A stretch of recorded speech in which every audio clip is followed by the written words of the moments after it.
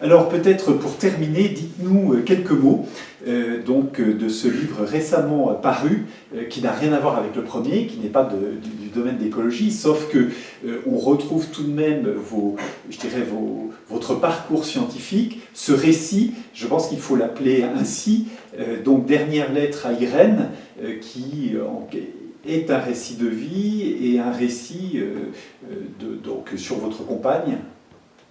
Oui, c'est sur la femme de ma vie. J'ai voulu rendre un hommage à une femme qui était dans l'ombre, mais sans laquelle je n'aurais jamais eu la carrière que j'ai eue, sans laquelle je n'aurais jamais pu faire les missions que j'ai faites, explorer le monde. Et ça a été une femme extraordinaire qui a renoncé à tout pour que je puisse faire ma carrière. Voilà. Et c'est une femme pour laquelle j'ai eu un grand amour, et ça a été réciproque, ça a duré un demi-siècle. Et j'essaie de raconter cette vie,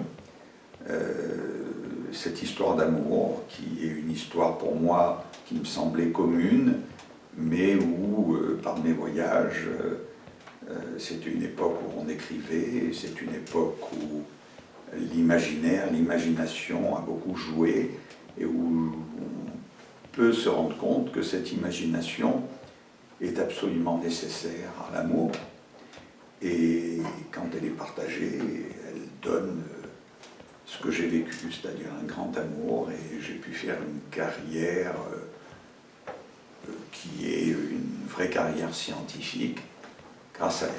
Voilà, elle a renoncé à beaucoup de choses et puis elle s'intéressait à tout. Vous me disiez tout à l'heure que, et ça me semble être une des dimensions intéressantes de ce récit, qu'il y avait en quelque sorte cette mise à distance, c'est-à-dire le fait que votre vie et votre vie avec cette femme vous a conduit à passer un certain temps à distance, et que cette distance était au fond un des facteurs en quelque sorte de réussite de votre vie. On était absents, mais on était ensemble.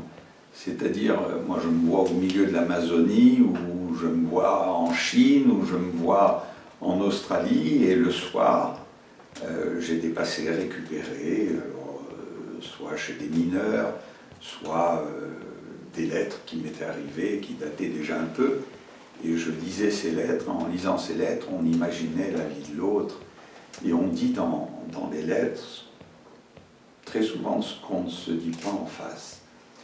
Et on se dit beaucoup d'amour. Et donc c'est cette part d'imagination qu'on a de part et d'autre.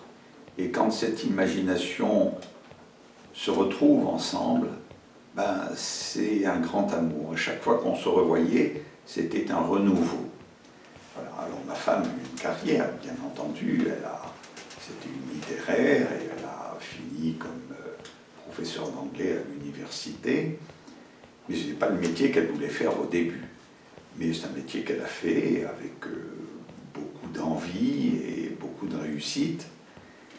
Et on s'est toujours respecté, on s'est toujours... on renaissait chaque fois qu'on se voyait. Voilà. Et même à distance, on peut avoir des traits qui s'estompent, des sourires qui s'oublient. Par cette imagination, tout revivait d'une manière très accentuée, très colorée, et on revoyait le visage. C'est pour ça que je dis que l'imagination est importante et qu'elle est la part d'un grand amour. Voilà, merci beaucoup Daniel, et donc nous allons terminer sur cette mise en avant, cette valorisation de l'imagination qui est aussi ce qui nous permettra de vivre demain. Merci beaucoup.